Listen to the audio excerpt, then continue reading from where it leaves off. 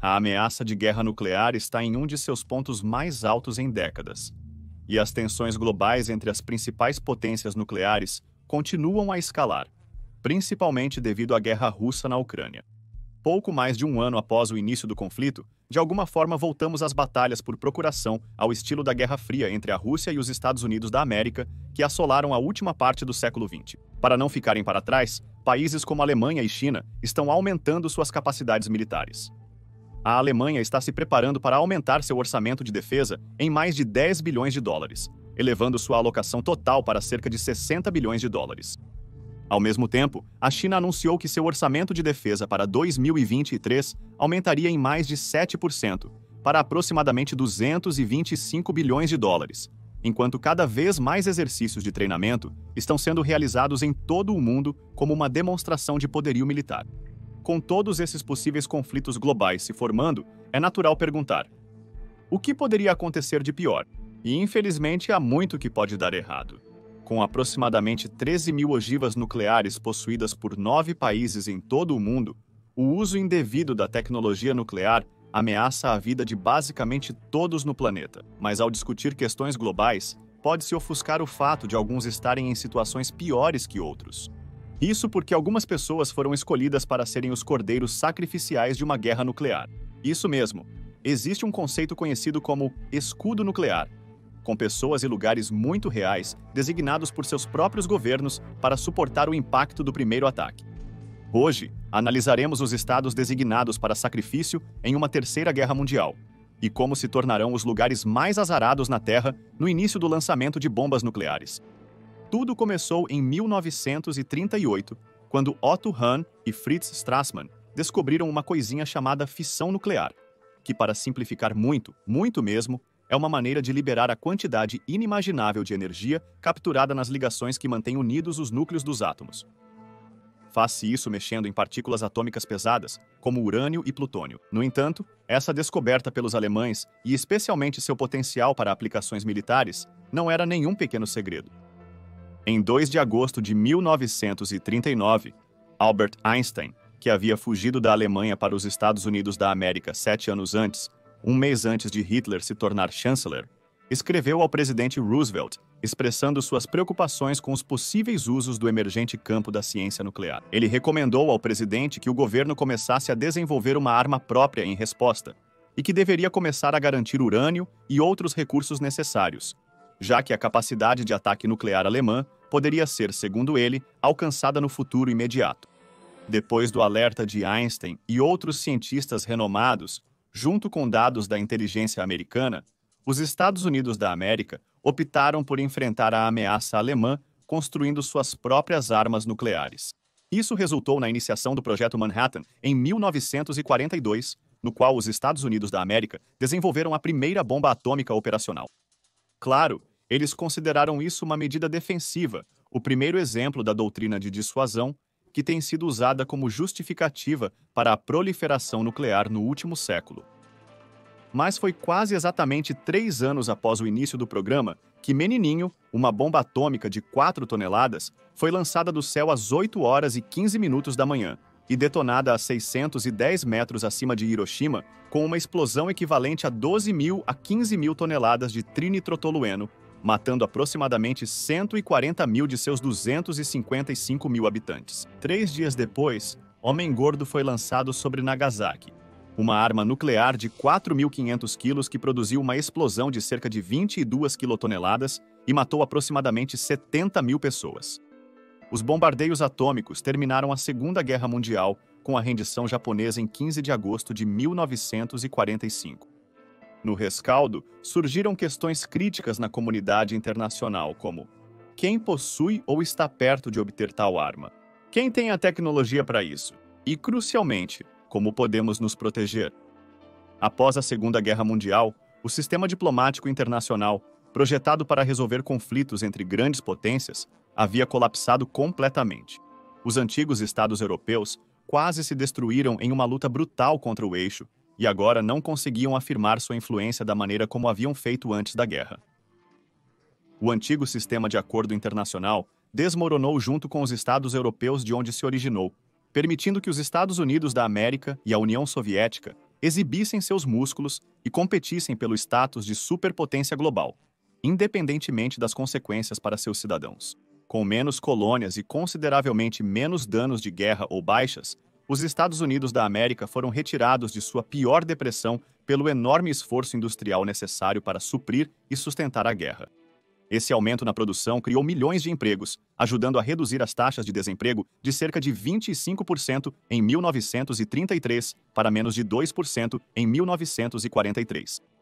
Além disso, o Produto Interno Bruto dos Estados Unidos da América cresceu consideravelmente durante a guerra.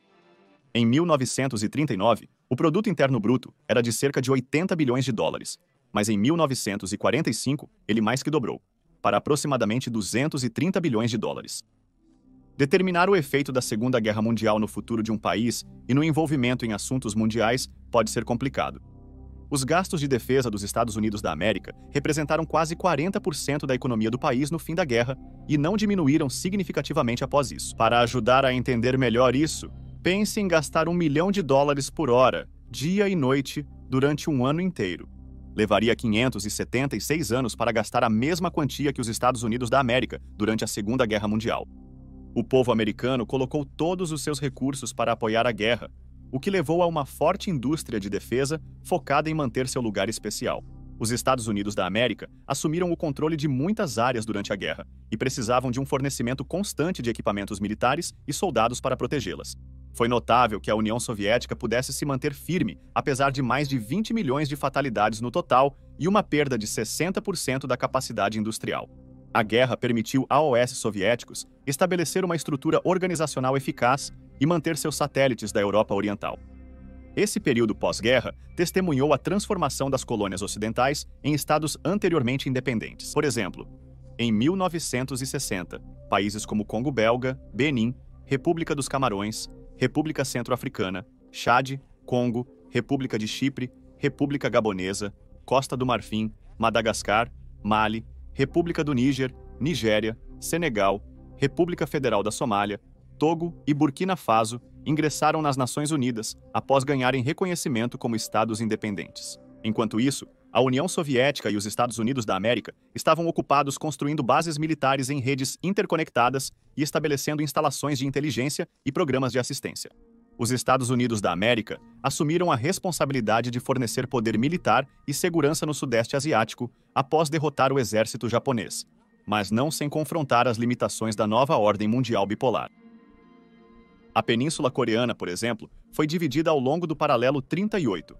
Os soviéticos armavam o norte e os americanos supervisionavam o exército sul-coreano. Os Estados Unidos da América, inclusive, auxiliaram o Kuomintang a manter Taiwan após perderem a Guerra Civil Chinesa em 1949. À medida que questões globais envolviam cada vez mais superpotências capitalistas e comunistas, esperava-se que as antigas potências coloniais quisessem manter conexões econômicas com seus antigos territórios, preparando-se para um mundo futuro onde militares e recursos seriam cruciais. Por exemplo, França e Grã-Bretanha mantiveram sua influência de forma indireta. O Império Francês foi substituído pela União Francesa, que continuou a se beneficiar do trabalho, recursos e lucros de regiões na África, Sudeste Asiático, Caribe e Polinésia Francesa. Além disso, a França realizaria mais tarde 210 testes nucleares na Argélia e na Polinésia Francesa, entre 1960 e 1996. Já a Grã-Bretanha assegurou uma fonte estável de combustível, controlando a mineração de urânio na África do Sul e em outros países africanos por meio de empresas britânicas, superando desafios políticos e financeiros da energia nuclear. Mas a ideia de que as armas nucleares acabariam com as guerras convencionais durou pouco.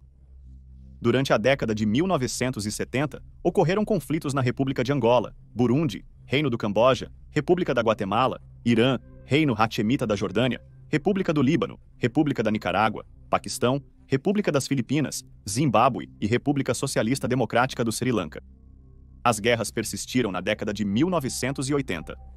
A guerra Irã-Iraque resultou em cerca de 1 milhão de mortes, e outros conflitos começaram ou continuaram na República das Filipinas, República de Angola, República da Guatemala, Afeganistão, República de El Salvador, República da Nicarágua, Reino do Camboja, Moçambique e Peru, com a União Soviética, Estados Unidos da América ou África do Sul envolvidos em quase todos eles. A era nuclear não havia erradicado os sacrifícios de soldados e civis em todo o mundo.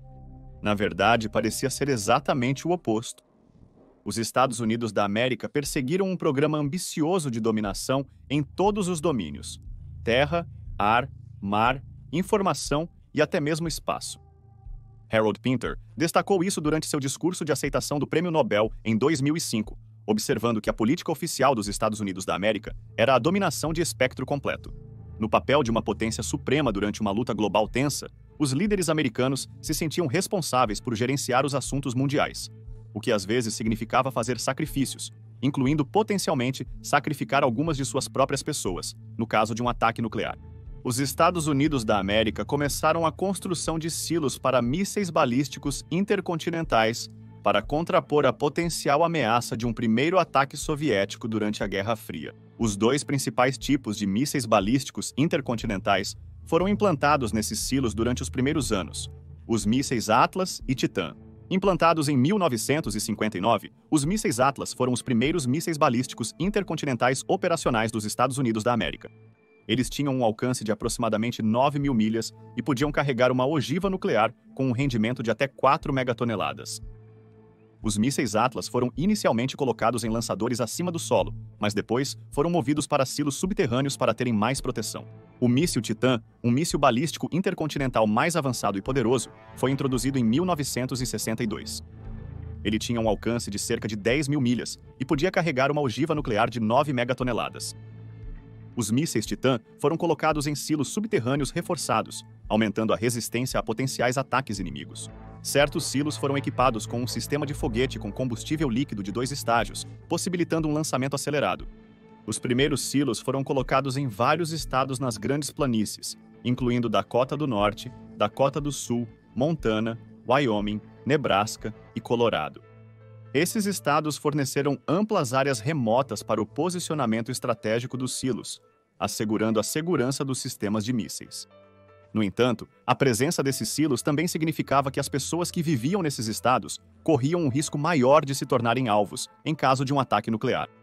Embora o posicionamento dos silos nesses estados visasse fornecer um forte dissuasor contra possíveis agressões da União Soviética, também colocava em risco a vida dos residentes dessas áreas. Em um conflito nuclear, esses estados seriam provavelmente os primeiros alvos, visando impedir a retaliação nuclear pelos Estados Unidos da América. Isso deixaria as pessoas nesses estados vulneráveis a uma destruição catastrófica, tornando-as potenciais sacrifícios em prol do bem maior da estratégia de defesa do país. No entanto, as pessoas que viviam nesses estados não eram as únicas que poderiam sofrer um ataque nuclear. Dado o crescente poder das armas nucleares, estava se tornando aparente para os líderes americanos e o público em geral que qualquer um poderia potencialmente ser uma vítima. Então, nos primeiros anos da Guerra Fria, os Estados Unidos da América se apressaram para desenvolver um plano completo de segurança nacional, utilizando todos os recursos possíveis a seu favor. Por exemplo, o Sistema Nacional de Rodovias foi construído para melhorar o movimento das tropas e permitir a evacuação de grandes cidades em caso de crise. No entanto, diante do perigo de ataques nucleares, não estava claro se seria preferível as pessoas procurarem abrigo ou fugirem das cidades para evitar uma possível devastação. A Lei de Segurança Nacional de 1947 estabeleceu o Departamento de Defesa e a Agência Central de Inteligência, enquanto o presidente Truman criou a Administração Federal de Defesa Civil em 1950 para tratar da segurança interna, a avaliação de riscos e preparações estratégicas. A Administração Federal de Defesa Civil enfrentou a assustadora tarefa de avaliar e responder a ameaças novas e em evolução à segurança territorial nacional dos Estados Unidos da América. No governo de Eisenhower, em 1955, aconselhou-se que cada família mantivesse um suprimento de comida e água para 7 dias em caso de uma emergência atômica. A iniciativa, chamada Despensa da Vovó, tentou penetrar na consciência pública com slogans como "A vovó sempre estava pronta para uma emergência". Contudo, já que a maioria das despensas urbanas estava exposta a bombas atômicas, o público acabou percebendo que essa estratégia era insuficiente. Antes do fim da era do abaixe e cubra-se, o Ministério da Agricultura dos Estados Unidos da América apresentou sua comida do juízo final no início dos anos 60. Um biscoito de triguilho, apelidado de biscoito de sobrevivência multifuncional. Essa solução, um tanto decepcionante, ficou bem aquém da desejada dominação de espectro completo. Foi só em setembro de 1961 que o presidente John F. Kennedy se dirigiu dramaticamente aos americanos na revista Life. Ele começou dizendo: "Meus compatriotas americanos, as armas nucleares e a possibilidade de guerra nuclear são fatos da vida que não podemos ignorar hoje, antes de apresentar um plano ambicioso. Não, as armas nucleares não seriam desmanteladas e proibidas para sempre." Kennedy tinha uma ideia melhor. A ideia era o Programa de Abrigos Antinucleares, uma operação aprimorada de busca por abrigo em caso de um ataque nuclear que poderia salvar até 50 milhões de americanos. O Programa Nacional de Pesquisa e Marketing de Abrigos Antinucleares buscava identificar estruturas capazes de servir como abrigos antinucleares e proteger contra a radioatividade residual, não a explosão. Abrigos reforçados com concreto à prova de explosões custariam cerca de 200 bilhões de dólares, valor considerado alto, principalmente levando-se em conta que os gastos militares dos Estados Unidos da América, em 1961, somaram mais de 54 bilhões de dólares, ou seja, 9,2% do produto interno bruto daquele ano. Portanto, os cidadãos ficaram à mercê da sorte no caso de um ataque urbano.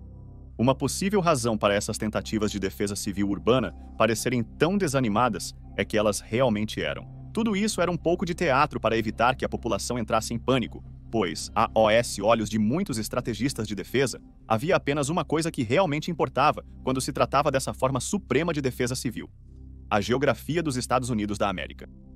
É por isso que os primeiros silos de mísseis balísticos intercontinentais foram colocados nos estados das Grandes Planícies em 1959, porque sua geografia lhes dava 3 vantagens únicas. Primeiro, os mísseis nessa área tinham a menor distância a percorrer até a União Soviética, cerca de 5 a 6 mil milhas, voando diretamente sobre o Polo Norte. Além disso, a distância dos silos de mísseis de ambas as costas americanas melhorava as chances de detectar um lançamento de um submarino nuclear a tempo de responder efetivamente.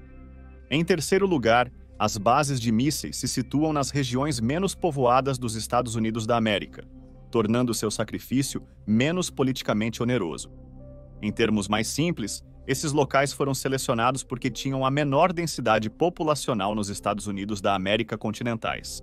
Como resultado, qualquer perda potencial de vidas teria um impacto político mais negligenciável, tornando essas áreas a escolha mais adequada para um escudo protetor. Mais de 1.000 silos de mísseis Minuteman e 100 instalações de controle de lançamento foram construídos de meados dos anos 1960 ao início dos 1990, com a ideia de que alguns estados e populações poderiam funcionar como barreiras para arsenais nucleares inimigos. Essa decisão foi tomada apesar do rápido desenvolvimento das capacidades de lançamento nuclear por mar e ar e sem qualquer tipo de processo democrático orientando os esforços. Você pode se perguntar por que um inimigo que pretende infligir danos aos Estados Unidos da América não miraria em grandes cidades como Washington, Distrito de Colômbia, Nova York ou São Francisco. Para compreender por que isso era lógico para as pessoas na época, é preciso entender 2 aspectos. Primeiro, a proliferação nuclear ocorreu a uma taxa alarmante nos anos de 1950 e 60. O Reino Unido, a França e a China ficaram em terceiro, quarto e quinto lugares na corrida nuclear e obtiveram suas primeiras armas atômicas em 1952, 1960 e 1964, respectivamente.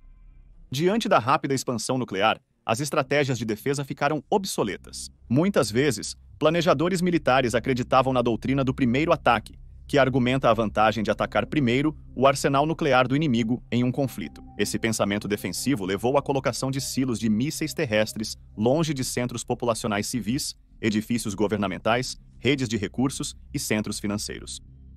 Acreditava-se que um ataque nuclear aos Estados Unidos da América visaria um dos centenas de locais de mísseis Atlas, Titan, Minuteman e Peacekeeper nas Grandes Planícies, do Texas à Dakota do Norte, do Novo México a Montana. Esses locais, juntamente com as pessoas e ecossistemas próximos, absorveriam o arsenal nuclear do inimigo, atuando como um escudo ou esponja nuclear. Em segundo lugar, os planejadores de defesa civil contavam com a doutrina da destruição mútua assegurada. No início da Guerra Fria, o avanço tecnológico dos mísseis foi tanto que permitiria uma troca nuclear total entre a União Soviética e os Estados Unidos da América em menos de 1 hora. Em 1955, os Estados Unidos da América tinham mais de 2.422 ogivas nucleares. A União Soviética, 200. Com o tempo, esses números inflaram, E a mobilização nuclear por terra, ar e mar atingiu um nível aterrorizante de precisão e onipresença.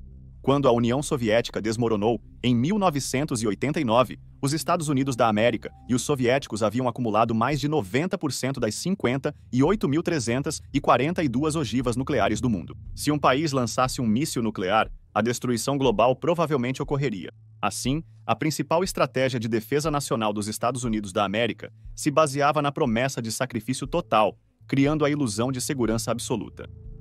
A política nuclear internacional opera em uma contradição enorme, evidente no paradoxo entre dissuasão e desnuclearização ou desarmamento.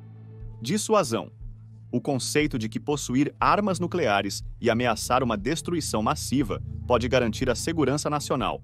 Contradiz o desarmamento, que postula que não ter uma arma mortal impede seu uso letal e estende essa noção à política internacional. A natureza duvidosa da política de dissuasão americana reside em sua apresentação e tratamento, variados por diferentes líderes.